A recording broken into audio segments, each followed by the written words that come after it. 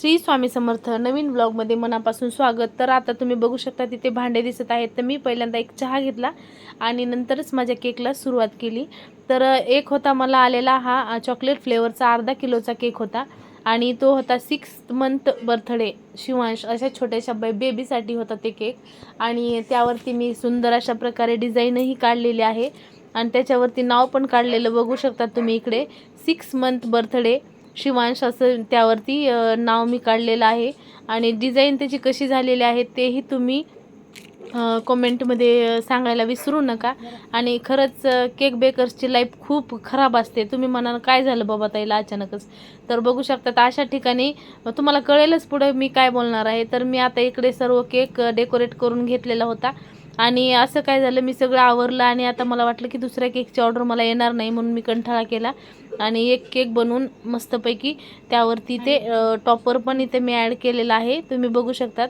आणि अशा पद्धतीने केकचा फायनल लुक हा दिसू शकतो। किती छान दिसत होता तोही बघा तुमच्या डोळ्यांनी आणि एक छान कमेंट करायला विसरू नका। आणि नंतर मी हा केक थोड्या वेळासाठी सेट करण्यासाठी फ्रीजमध्ये ठेवला आणि म्हणलं आता आपलं बाकीचं काम कंटिन्यू करून घेऊयात। तर तोपर्यंत काय सगळं आवरलं आणि रात्रीचा स्वयंपाक वगैरे झाला तर माझ्या फ्रेंडचा फोन आला की मला आत्ताच्या आत्ता अर्धा किलोचा केक पाहिजे। आणि तेव्हा वाजलेले होते मित्रांनो, त्यावेळेस 9 वाजले होते, 9 वाजून 5 मिनटं झालेले होते। मग मला पण बेस तयार होता माझ्याकडे ऑलरेडी। मग मी काय केलं तो बेस घेऊन पटकन 10-15 मिनटाच्या आत त्यांना केक रेडी करून दिला आणि त्यावरती आरवी असं नाव टाकलेलं होतं त्यांच्या चॉईसनुसार।